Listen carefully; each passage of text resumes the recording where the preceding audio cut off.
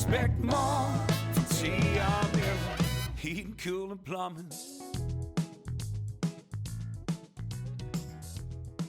Welcome to March's podcast of kind of the President's Report or Fireside with Jake and Brian. So I'm your host here, Brian.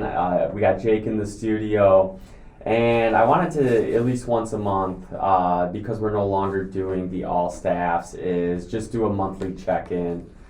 Just kind of run through maybe some of the things we're seeing, what we're thinking about, and just share information. So Jake asked how many takes we're doing. I said we only get one. So hopefully we learn from this and we move forward. Well, awesome. So I guess, so we don't know really how this is going to go, but I asked Jake to kind of help and maybe do follow-up questions. So I kind of have 2 pages of areas we could talk. On the 2 pages, where would you like to jump in? I guess what are some things that you've seen so far this year, and what's coming up here in the next 30 days? Yeah, things so far and what's coming up. I guess the one thing that's really on my mind right now is we're moving our performance reviews or annual reviews to March. So I've been super focused on creating career paths for our team members. Again, in 2017, that's what got us to where we're at today. Is we wanted to, as I've probably shared the same story 100 different times, is one of our installers came up and asked, hey Brian, there's gonna be a day that I'm getting a little older that I'd like to do something other than do installs, and so we started to work together on creating career paths. So as we've grown, it's been a little more challenging to create career paths for 150 people. It was easy when there was 10 people. Now it's 150. So creating more of a system or process around it. So I've been super focused on levels, career paths for people, and I guess the thing that's been on my mind the most is the annual reviews and performance reviews moving to March. And I was kind of combing through them over the weekend. I worked a little bit on them yesterday, Sunday, and Saturday, and it was really cool. So when looking through them, I could start to see and that's what we were looking for, patterns. All of our levels 3 in this department made around the same range of pay, where it's creating more of a system around. Instead of people just, saying, hey, I'd like to come get a raise, and the supervisor just giving them raises, creating a career path all right, you want to earn more money? Here's the best way to do it, because as a technician starts from ETI, I want them to have a clear ladder on how to become, a level 5 installer. So that's been super important to me. And right now we're in the middle of BOGO, so that's going well too. And then usually around mid-April is when I would say our AC season kind of kicks off. That's when people start turning their air conditioners on and calling in for tune-ups. So that's kind of what's on my mind, what's kind of coming up. Oh, cool. Going back to the performance reviews, what was one of the drivers to get all those consolidated into March, as opposed to how we've done it in the past, where I think a lot of times it was based off of someone's anniversary date? Yeah, probably just the pressure puts on the leader. And what I mean by that is, one, performance reviews anyways, they're tough anyways, because the person that is getting, I'm the team member, and I'm having my employee review with you, my leader, is all I'm thinking about is, hey, how much money are you going to give me more? And what I don't want to hear is maybe any areas of opportunity to work on. And then as you as a leader, you're thinking about these performance reviews it's the middle of June, it's our busiest time of the year, and I have 5 performance reviews to do, and I'm running behind now, and I gotta lean into a conversation maybe I don't want to have, but I have to have. And usually it just creates this burden that's not necessary. All right, let's look at what our slowest month is, which is March, and try to get everyone done in that period of time. And also, we used to have a team member. All this began around like 2018, 2019, and we had a team member who came up to us, and he said, "Hey Brian, did you know I haven't had a raise in like 7 years?" And we didn't know because he didn't report to us. So it's also a way to make sure that everyone is getting that opportunity to have that annual review with their leader. So that's why we moved him to March. Very cool. That makes a lot of sense. And then you mentioned that BOGO we're right in the middle of that. And is that going well so far? Yeah, I think early reports, what we've noticed I think this is our third year of BOGO. And what we realized, maybe the third or fourth, but what we realized with BOGO is usually like there's like pent up demand and most of them call in like the last 2 weeks. Where like some of the early signs we're starting to see is a lot of leads, we're only in the middle of it, but we've seen great traction in the first 2 weeks of BOGO where I think on Friday we had 10 marketing leads scheduled on the board. Because really that's what the responsibility of BOGO is to drive more marketing leads. And I was talking with another operator on Friday. We went and had some coffee together, and he's in the north suburbs of Chicago, private equity backed company. And he said, "Brian, we just have no leads." He goes, "I think we might run 2 leads today." And I'm thinking, well crap. BOGO's doing a great job. We got 10 on the board today. And they're really similar in size company too. So, yeah, I'd say it's going really well. Yeah. That's really cool. Don't tell Mark that though. I think the marketing team's done a great job over the last 3 to 4 years, especially with BOGO. But you also mentioned that once, as BOGO's ending, then we get into the start of our AC season, right? And it's funny because we've had such interesting weather here. I think Mark, for those of you that don't know, he's a runner, and he went on a run a week ago or so, and he was counting the number of air conditioners he heard kicking on during his run. Mine probably was one of them. My wife had ours on too.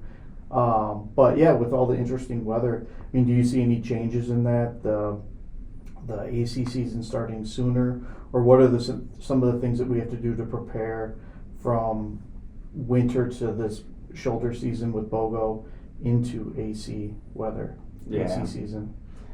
Yeah, I think there's two perspectives to this. So us as from a heating and cooling technician standpoint is, we're already doing full system checks out there anyways, and so like as the call center does, outbound calling and scheduled VIPs is we'll just naturally segue into making sure we're doing full system checks. But I think from the consumer mindset is that they probably I don't know, this is my 16th year of doing this, and just everything from my experience, everything just tells me that like the consumer won't really start to call into like mid-April, no matter how warm it gets. It might trigger some demand calls, even if it gets 90 degrees today. But we'll see. I mean, we'll schedule, a couple thousand system checks for this summer. And even if the AC were to kick on today because it comes 90, the majority of those system inspections will book in May, June, July. It's just the naturalness of it. Mm-hmm. So hopefully that makes sense. Yeah. Thank you. Yeah, it was really cool. Like even thinking about this performance or these annual reviews, performance reviews, is the one cool thing I noticed. I want to make sure, since we were just talking about that, we don't lose sight of it. Is I took a step back and actually analyzed the information, and what I noticed was most of our, I have to look here because I want to make sure I get this right, is most of our service units, so like plumbing service, HVAC service, like the average salary before any type of commission pay or performance pay was $65,000. The average install business unit was right around the same, $67,000 is where they were at. And contact center was between $45,000 and $50,000 on average. And the reason I bring this up, and like those service units, we have many pushing closer to $100,000, if not above that. And even on our install units, we have technicians making close to 100,000. And so, like, from my perspective as the leader, is like I want to make sure that, like, especially like the cost of living has become more expensive. So that's something I'm super mindful of. Like, I want to make sure we have good systems in place to help solve that. But I searched this morning, like, the average pay by degree. And so, like, a high school diploma pays about $38,000 is like the median.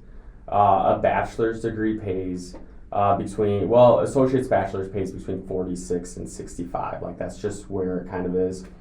And a master's pays 77,000. And so that's with, anywhere between 2, 4, and how many years for a master's? Is it 6, roughly? Well, I guess if you expedite it, you could probably do it in 5. Usually 1 or 2 years additional for the masters.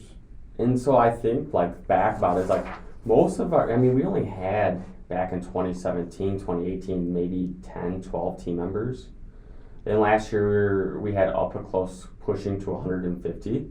And most of those technicians have, the way I look at it is they've been here for 5 years, anywhere between that same schooling, right?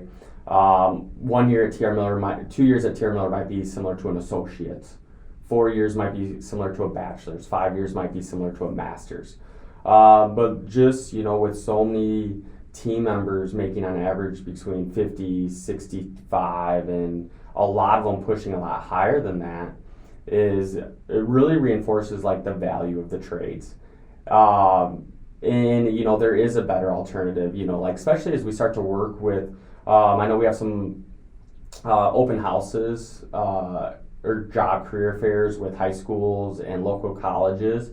Is like, truly the trades is a great place to get your education. Like, it really is. Like, this just kind of, when you looked at big data, or big samples like I was looking at, and then reinforcing it with, like, the average. And I have a degree, you have a degree, a lot of people have degrees here, and I'm not downplaying the importance of a degree, but degrees aren't meant for everyone, right? I grew up in a small town. You either went into the trades or you farmed. Like, college was not common. That's okay. It's okay to go into the trades. So that's something I was thinking about too when I was, like, reviewing all these annuals. Like, it reinforced, like, the trades is a great place for maybe people who don't want to pursue a degree. And I'm glad to, as a leader of an organization, to continue to build levels and career paths for people, but also being a leader in the industry and saying, hey, it's okay to go to the trades. Yeah. So.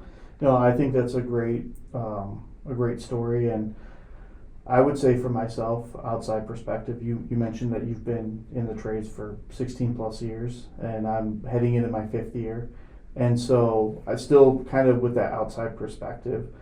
I guess the career path for me, I knew I wanted to be an accountant, but and for that I needed a degree, but I think a lot of things were pushed when you're in high school. In order to get a job that's going to provide and to make a good living, you need to go to college. And for that, if that's your motivation for going to college and you don't really know what you want to do, but you just want to be secure in your career, that might not be the right path.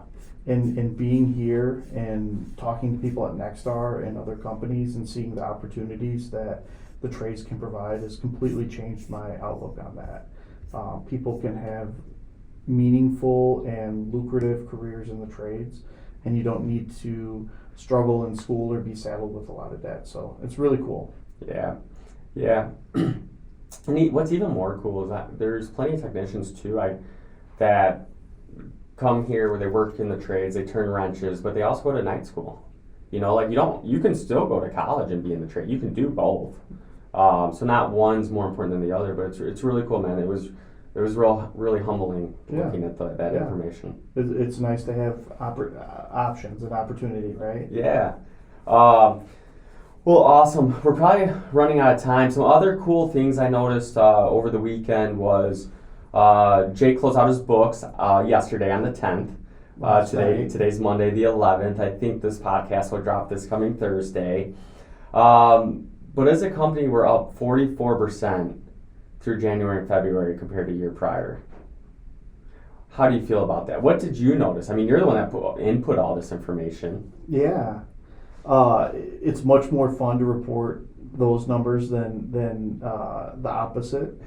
So I definitely look forward to closing out the books a lot more, knowing that we're doing so well and just coming out of the gate hot in 2024. Yeah, it just seems like night and day with where we were on 2023.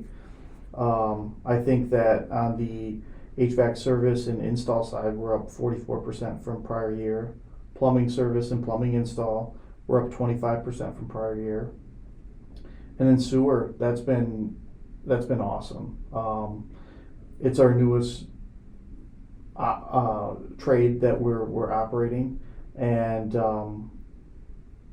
I know that Cody at the beginning of this month said that he wanted to double what the budget was for this month, and he did it. So him and his team did an awesome job, fed by the sewer service department, and they were up 44% also from the prior year. That's January and February. So yeah, I mean, it's looking great. We're definitely heading in the right direction for this year. And speaking of sewer, I know that's something Cody's been kind of trying to better understand is sewer lining. He's been starting to look at some lining equipment. I think they did a demo last week, and I think they're going to another contractor's. Is it later this month or next month? Yeah, somewhere in there. Yeah. Yeah, to demo it more and just kind of continue to invest in our sewer department. Like you said, you're up 44%. Yeah. So it'll be exciting to continue to see those guys grow and create. I mean, again, it's about creating leaders. So it's exciting. With that, I guess I want to give one last shout out. So, in football, I don't know if we have any football listeners, but you guys could probably relate to this. Is when you watch, things like the Super Bowl. All the talk was about, Kelsey at tight end and Mahomes at quarterback.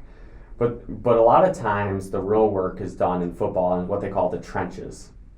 And that's your front line, your defensive line, your offensive line. And it's a grind. It's hard work in and out, but they're not the stars. They're not the wide receivers. They're not the quarterbacks. But they're probably one of the most important. They are, I would say, and I was a running back, so they are the most important thing on the football field, I would say. But what I would consider our contact center kind of like our offensive line. Is they're not the quarterback. They don't always get maybe the praise like an HVAC service tech or the praise like a plumbing service tech, but they're in the trenches day in and day out. And in the month of February, I was looking at this over the weekend as well, as they reached out between inbound and outbound to 15,000 people, I guess is the best way to put it. They made 11,000 outbound phone calls, and they took about 4,000 inbound phone calls.